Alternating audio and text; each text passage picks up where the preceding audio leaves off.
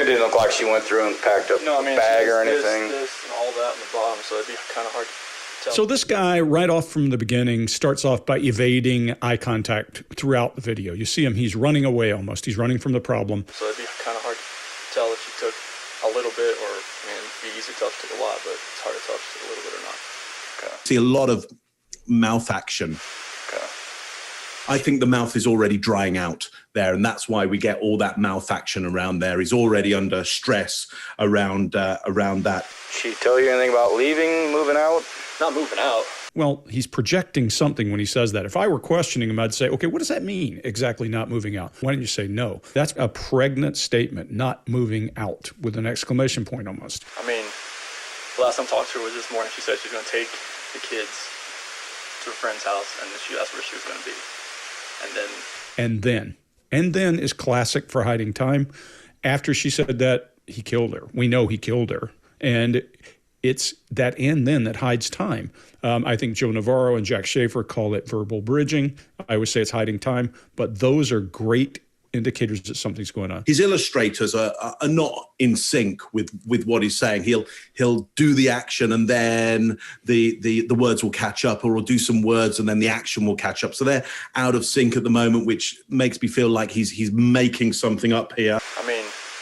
The last time I talked to her was this morning. She said she's going to take the kids to a friend's house. Like Mark was talking about, we see these lags in his illustrators. The illustrators, again, are the things that people use when their brain is emphasizing specific words and phrases, like I just then, specific words and phrases.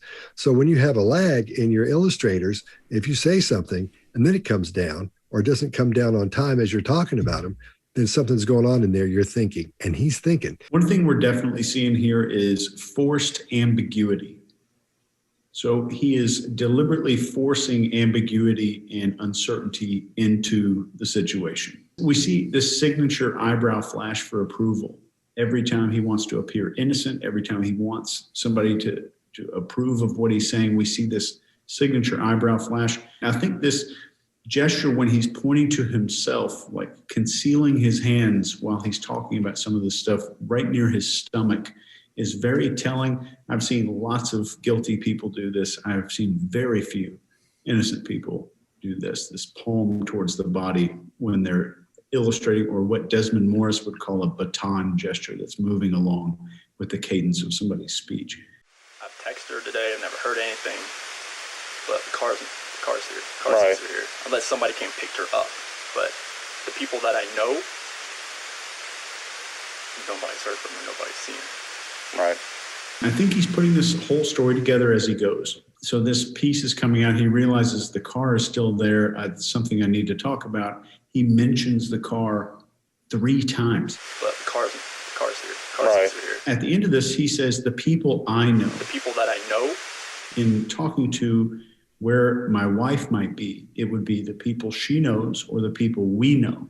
And I think that's a very important use of pronoun. He does a request for approval as he raises his brow, makes riveting eye contact, something Scott and I in our true crime workshop call the romancer. And then he starts to sway slightly. So he's a middle school romancer at a dance. He's doing this little sway. What's interesting about that is if you were to go and talk to his neighbors, we'll say that he never swayed in normal conversation. So it's not his baseline, it's when he's under stress. So we'll take that. You also then will go and look at a thing he did around staying in a relationship. And you can see when he's nervous in that video, he's swaying as well. Unless somebody came and picked her up. But the people that I know. He ends with open palm gestures in the truth plane here. Good, honest gestures. Something makes me think, actually, having seen that presentation of him, that video of him presenting, that around about, in 2010, I guess it was, he may well have read one of my books, not paid as much attention to it as he should have. Well, notice that he uses his hands, and I believe it's the passion plane, is Mark, up in here when he's talking about, going back to I read all your books. So when he comes back to his illustrators, he's up in the passion plane when he's talking about things that he knows are true and things that he's done or he's familiar with or he's comfortable talking about. So it doesn't mean he's telling the truth when they're up here.